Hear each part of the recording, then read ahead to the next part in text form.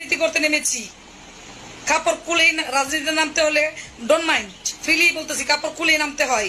তাহলে মুখ আবার খোলা কি? যখন আমরা ডাকা যায়, আমরা কোনো ভুল করি, তখন আমাদেরকে বড় নেত্রী, কুত্তার বাচ্চা, সরে বাচ্চা, মা বাবা তুলেই গালি দেয়।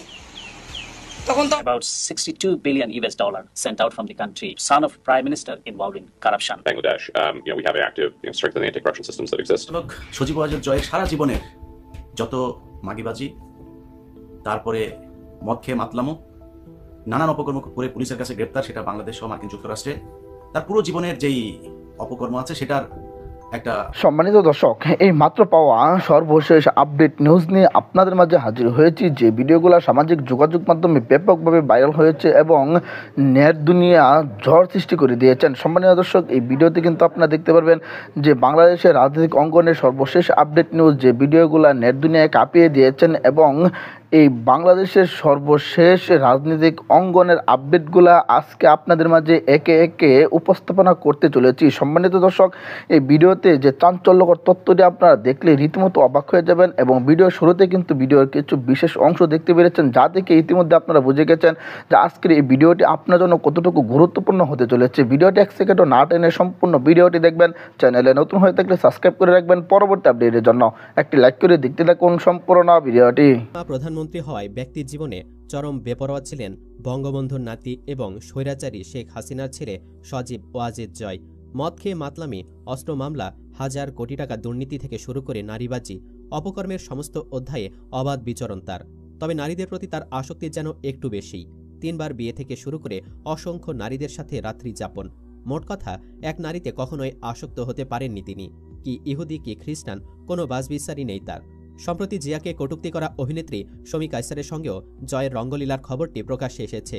আমাদের আজকের ভিডিওতে আলোচনা করব জয়ের সমস্ত নারীবাজির ইতিহাস নিয়ে। এখন পর্যন্ত কয়জন নারীর সাথে থেকেছেন জয়, চলুন তার বিস্তারিত জেনে নেওয়া যাক। নাম্বার 1, শিখ নারীর সাথে প্রেম। শেখ হাসিনার শাসনামল অর্থাৎ 1996 থেকে 2001 এই সময় স্কুল জীবনের এক গার্লফ্রেন্ডের সঙ্গে জয়ের বাগদান হয়। কনে ভারতের এক শিখ পরিবারের মেয়ে। শেখ হাসিনা সরকারি সফরের নামে লন্ডনে গিয়েছিলেন বিয়ের কথা পাকা করতে। সঙ্গে গিয়েছিল আত্মীয় স্বজন ও পারিবারিক বন্ধু বান্ধব। আরও সঙ্গে নিয়েছিলেন ঢাকার বিখ্যাত ফখরুদ্দিন বাবুর্চির সহকারীদের। তবে হাসিনার শর্ত ছিল মেয়েকে ইসলাম ধর্ম গ্রহণ করতে হবে, কিন্তু সেই মেয়ে ভরা মজলিসে এতে অস্বীকৃতি জানায়। কেননা সেই মেয়ে জানতেন জয় তার প্রতি এতটাই আসক্ত যে সে যে কোনো শর্ত মেনে নেবেন। এজন্য সেই মেয়ে ধর্মান্তরিত হতে স্বীকার করেনি। ফলে মানসিকভাবে বিপর্যস্ত শেখ হাসিনা সেদিনই সকল অনুষ্ঠান বাতিল করে দেন। তিনি সারাদিনই হোটেলে নিজেকে আবদ্ধ করে রাখেন, এমনকি কারোর সঙ্গে কথাও বলেননি। বিয়ের সেই অনুষ্ঠান আর হয়নি। কোনো অনুষ্ঠান না হয় অতিথিরা বিরিয়ানি না খেয়ে ঢাকায় ফিরে আসেন। Number 2, Kristin and Overmyne. সাদা চামড়ার নারীর প্রতি জয়ের যৌন সুরসুরি একটু বেশি। এজন্য শিখ নারীর সাথে বিচ্ছেদের পর খ্রিস্টান এক নারীর প্রেমে পড়েন জয়। দীর্ঘদিন বিয়ে ছাড়াই এক ছাদে থাকার পর অবশেষে 2002 সালের দিকে মার্কিন নাগরিক ক্রিস্টিন অ্যান্ড ওভারমাইন ওরফে ক্রিস্টিনা ওয়াজেদের সঙ্গে বিয়ের বন্ধনে আবদ্ধ হন। 26 অক্টোবর 2002 সালে যুক্তরাষ্ট্রে তাদের বিয়ে হয়। রিচার্ড ডি লুমিসের সঙ্গে আগে ক্রিস্টিনের একবার বিয়েও হয়েছিল বলে জানা গেছে। এতেই প্রমাণ হয় জয়ের রুচি কত নিম্নমানের। খ্রিস্টান মেয়ের কথা জানলে দেশে এর খারাপ প্রভাব পড়তে পারে, এজন্য এই বিয়ে দীর্ঘদিন দেশে গোপন ছিল। এরই মাঝে লোকমুখে প্রচার হয় হাসিনার ছেলের বউ শুধু খ্রিস্টানই নয়, ইহুদিও বটে। বিরোধীরা সংসদে যখন বলা শুরু করলো জয় ইহুদি মেয়েকে বিয়ে করেছে, তখনই হাসিনা বলেছেন যে আমার ছেলের বউ ইহুদি নয়, খ্রিস্টান। কথাটা এমন যে ডাকাত বললে বলা হয় ডাকাত না চোর, চোর বললে বলা হলো চোর না ছিনতাইকারী। তখন যদি বলা হতো সজীব ওয়াজেদ জয় নিজেই ইহুদি ধর্ম অবলম্বন করেছেন, তখন আমাদের হাসিনা হয়তো বলতেন জয় নয়, তার বউ ইহুদি। অবশ্য বিধর্মীদের প্রতি জয়ের আকর্ষণের কারণও আছে। ইতিহাস বলে ডক্টর ওয়াজেদ নয়, জয়ের বাবাই মৃণাল কান্তি দাস নামের একজন হিন্দু। অবশ্য জয়ের এই বিয়ে খুব বেশি দিন লাস্টিং করেনি। 2013 সালে ভার্জিনিয়ার ফ্যামিলি কোর্টে হাসিনা পুত্র সজীব ওয়াজেদ জয় এবং তার ভিনদেশী স্ত্রী ক্রিস্টিনা ওভারমায়ারের বিবাহ বিচ্ছেদ সম্পন্ন হয়। এজন্য ক্রিস্টিনাকে $2 মিলিয়ন ক্ষতিপূরণও দিতে হয়। Number 3, Ayesha Aziz Khan. Kristin and ওভারমাইনের সাথে বিচ্ছেদের পর জয় বিয়ে করেন কুখ্যাত সামিট গ্রুপের চেয়ারম্যান আজিজ খানের কন্যা আয়েশাকে, যে বিয়ের কথা কখনোই আওয়ামী পরিবার স্বীকার করে না। 2013 সালে গুলশানের এক বাড়িতে জানুয়ারি 4 তারিখে এ বিয়ে হয়। আয়েশা আজিজ খান সামিট পাওয়ার লিমিটেডের ফিন্যান্স ডিরেক্টর হিসাবে বাবার সাথে ব্যবসা করেন। 1981 সালে জন্ম হওয়া আয়েশা লন্ডন থেকে বিবিএ এবং নিউ ইয়র্কের কলম্বিয়া ইউনিভার্সিটি থেকে এমবিএ পাশ করে বাবার ব্যবসায় যোগ দেন। জয়ের সাথে তার বয়সের ব্যবধান ছিল 10 বছর। এটা জয়ের তৃতীয় বিয়ে হলেও আয়েশার কয় নম্বর তা জানা যায়নি। মূলত আয়েশাকে জয়ের সাথে বিয়ে দেওয়ার কারণ ছিল সামিট গ্রুপ যেন অবাধে দুর্নীতি করতে পারে। ইহুদি মেয়ে খ্রিস্টান হাতিয়ে নেয় জয় কর্তৃক বাংলাদেশি জনগণের লুট করা হাজার হাজার কোটি টাকার একাধিক বাংলো বাড়ি ও আমেরিকার সকল ব্যাংক ব্যালেন্স সহ ব্যবসা প্রতিষ্ঠান। আর আজিজ খান তার মেয়ে আয়েশাকে জয়ের কাছে তুলে দিয়ে হাতিয়ে নিয়েছে বিদ্যুৎ খাত থেকে ক্যাপাসিটি চার্জের নামে বাংলাদেশের জনগণের 13,000 কোটি টাকা। নাম্বার 4, শমী কায়সার। বিশ্বস্ত একটি সূত্র বলছে, সাবেক প্রধানমন্ত্রী শেখ হাসিনা পুত্র সজীব ওয়াজেদ জয়ের সঙ্গে দীর্ঘ সময় অনৈতিক সম্পর্কে ছিলেন অভিনেত্রী শমী কায়সার। তাদের প্রেমের বিষয়টি অনেকেই আঁচ করতেন। তবে 2001 সালে খালেদা জিয়া সরকার ক্ষমতায় আসার কিছুদিন পরই মধ্যরাতে শমী কায়সারকে নিয়ে জয়ের একটি গাড়ি দুর্ঘটনায় অনেকেই তাদের সম্পর্কের বিষয়টি জানতে পারেন। শমী কায়সারের বয়স তখন 30 বছর আর জয়ের বয়স 28 বছর। স্বার্থসিদ্ধির জন্য শমী কায়সারের বয়সের ছোট হাসিনা পুত্রের সাথে প্রেমের সম্পর্কে জড়িয়ে যান। প্রায় তাদেরকে 5 স্টার হোটেলে দেখা যেত। 2002 সালের দিকের ঘটনা। কোনো একদিন গুলশানের একটি ফ্ল্যাটে সারা রাত শমী কায়সারের সাথে কাটিয়ে গার্লফ্রেন্ডকে শেষ রাতের দিকে বাড়ি পৌঁছে দিতে যাচ্ছিলেন জয়।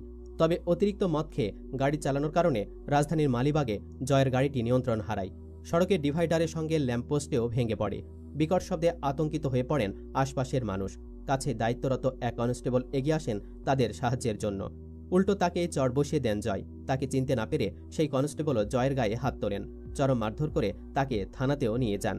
মুহূর্তে এই ঘটনাটি সম্পর্কে অবনত হলে গুলশান থানায় ছুটে আসেন পুলিশ ও প্রশাসনের উচ্চ পর্যায়ের ব্যক্তিরা। তাদেরই হস্তক্ষেপে ঘটনাটি চাপা পড়ে যায়। এতদিন লুকিয়ে লুকিয়ে শমী কায়সারের মধ্য লুটলেও এ ঘটনার পরপরই জানাজানি হয়ে যায় তাদের সম্পর্কের কথা।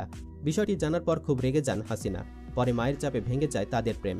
তবে প্রেম ভেঙে গেলেও শমী কায়সার তার স্বার্থ ঠিকই আদায় করে নেন। অনেক বড় বড় কাজে জয়ের সহায়তা নেন শমী। অনেকগুলো টেন্ডার নিজের নামে করিয়ে নেন এই অভিনেত্রী। এমন আরও অনেক নারীর সাথেই জয় রাত্রি যাপন করেছেন। শুধু নারীবাজি নয়, ব্যক্তি জীবনে চরম উচ্ছৃঙ্খল জয়। 14 জুন 1998 টেক্সাসের টারান্ট কাউন্টিতে জয় গ্রেপ্তার হন। তার বিরুদ্ধে অবৈধ অস্ত্র রাখা ও মাতাল অবস্থায় গাড়ি চালানোর অভিযোগ আনা হয়। অভিযোগ প্রমাণিত হয়। আদালত তাকে 120 দিনের কারাবাস, 24 মাসের প্রবেশন এবং $500 জরিমানার আদেশ দেয়। 6 ফেব্রুয়ারি 2006 ভার্জিনিয়ার হ্যানোভার কাউন্টিতে গ্রেপ্তার হন জয়। তার বিরুদ্ধে বেপরোয়া গাড়ি চালানো এবং বেআইনিভাবে রাডার ডিটেক্টরের সঙ্গে রাখার অভিযোগ আনা হয়। সাজা 1 দিনের হাজতবাস এবং জরিমানা। 19 মার্চ 2000 ভার্জিনিয়ার ফেয়ারপ্যাক্স কাউন্টিতে জয় গ্রেপ্তার হন। বিচারে অভিযোগ প্রমাণিত হলে আদালত তাকে 30 দিনের সাসপেন্ডেড কারাবাস সঙ্গে 12 মাসের প্রবেশন ও $400 জরিমানা করা হয়।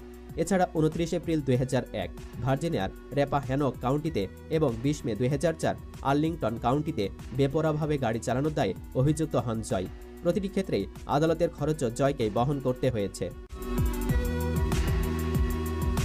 2005 মার্চে জয় ওয়াজেদ কনসাল্টিং ও সিম গ্লোবাল সার্ভিস নামের আরও দুটো কোম্পানি প্রতিষ্ঠা করেছিলেন। মজার বিষয় হলো, এ দুটো কোম্পানির বার্ষিক বিক্রয়ের পরিমাণ দেখানো হয়েছিল $61,000 ও $35,000। তারপরও জয় 2006-এর 12 মে তার নিজের নামে 3817 Bell Manor Court, Falls Church, Virginia এ ঠিকানায় $10 লাখ দামের একটি বাড়ি কেনেন। এসব অর্থ যে দেশ থেকে গেছে। দর্শক, আশা করি সকলে পুরো ভিডিওটি দেখলেন। এই ভিডিও সম্পর্কে অবশ্যই আপনাদের মতামত ভিডিওর কমেন্ট বক্সে লিখে জানাবেন। সম্মানিত দর্শক, ইতিমধ্যে কিন্তু আপনারা ভিডিওতে দেখতে পেরেছেন বর্তমানে বাংলাদেশের যে ভয়াবহ পরিস্থিতি চলছে সেই বিষয়গুলো নিয়ে রাজনৈতিক অঙ্গনের সর্বশেষ আপডেট নিউজ। সম্মানিত দর্শক, এই যে ভিডিওগুলো সামাজিক যোগাযোগ মাধ্যমে ব্যাপকভাবে ভাইরাল হয়েছে, নেট দুনিয়ায় কাঁপিয়ে দিয়েছেন এবং যে ভিডিওগুলো সামাজিক যোগাযোগ মাধ্যমে এত ভাইরাল হয়েছে সেই ভিডিওগুলো কিন্তু আপনারা এই ভিডিওতে দেখতে পেরেছেন। সম্মানিত দর্শক, বাংলাদেশের যে ভয়াবহ পরিস্থিতি, সামনের দিনে কি হতে যাচ্ছে বাংলাদেশে সেই বিষয়গুলো নিয়ে কিছু চাঞ্চল্যকর তথ্য এবং নিউ আপডেট এই ভিডিওতে আপনারা দেখতে পেরেছেন। সম্মানিত দর্শক, এই ভিডিওতে যে তথ্যগুলো আপনারা দেখলেন অবশ্যই সেই তথ্য সম্পর্কে এবং এই ভিডিও সম্পর্কে আপনাদের ব্যক্তিগত মতামত ভিডিওর কমেন্ট বক্সে লিখে জানাবেন। সম্মানিত দর্শক, ভিডিওটি ভালো লাগলে অবশ্যই ভিডিওতে একটি লাইক এবং শেয়ার করে অন্যদেরকে দেখার সুযোগ করে দিবেন। সম্মানিত দর্শক, আজকের মতো ভিডিওটা এখানে শেষ করলাম। ভিডিওটি শেষ করার আগে অবশ্যই আপনাদের কাছে একটি রিকোয়েস্ট, চ্যানেলে যদি আপনি নতুন হয়ে থাকেন অবশ্যই চ্যানেলটাকে সাবস্ক্রাইব করে রাখবেন পরবর্তী আপডেটের জন্য। আজকের মতো বিদায় নিলাম, দেখা হচ্ছে পরবর্তী ভিডিওতে। সেই পর্যন্ত ভালো থাকবেন, সুস্থ থাকবেন এই কামনা করে বিদায় নিলাম। আসসালামু আলাইকুম ওয়া রাহমাতুল্লাহ।